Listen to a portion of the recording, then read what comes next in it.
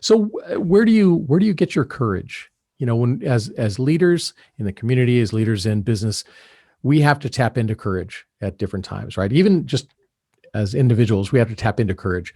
Some of the types of courage we talk about, of course, there's physical courage, which everybody kind of knows and can get their mind around, but there's intellectual courage. You know, the ability to say, hey, there's probably better information out there. What I know is not the latest and greatest, and be able to kind of set those preconceived ideas aside and be open to new ideas.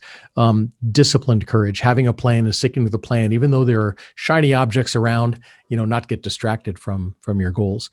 Moral courage, especially these days, moral courage and social courage, the ability to stand up when you need to stand up for somebody who maybe can't stand up for themselves, and social courage, saying the things that need to be said, even if they're unpopular.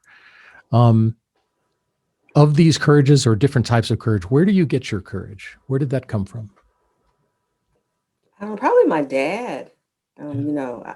When I do anything, I always think about, what would my dad think of me? He died about 8 years ago. But I Mm. always ask, what would my dad be proud of what I'm doing or what I'm saying? How would my dad handle this? What would be his response? My Yeah. dad was one of like the most respected men in. We grew up in Broward County, Florida. He was one of the most respected and loved men, and he was Wow. a nice guy, quiet, well spoken, very quiet, never lost his temper. Hmm. You know, but just very well respected. And I just kind of, like I said, I just kind of think, what would my dad think of this? Or, would he be Hmm. proud of what I'm saying or doing? Or, if I don't stand up, what would my dad say, to me? Yeah. So Did you see him stand up for those who couldn't?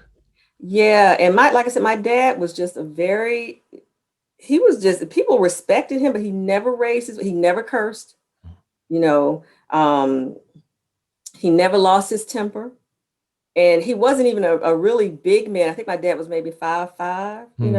Yeah. He was an athlete in college, but he put the weight on when when he was an older man. But he was just so well respected, and he commanded attention. He commanded a room. And even now, if I go back to Broward County, they're like, "Oh, you're Phil Patton's daughter," and I'm like, "Yeah, that's my dad." It's just I've never in my life heard anybody say a negative thing about my dad. So Nice.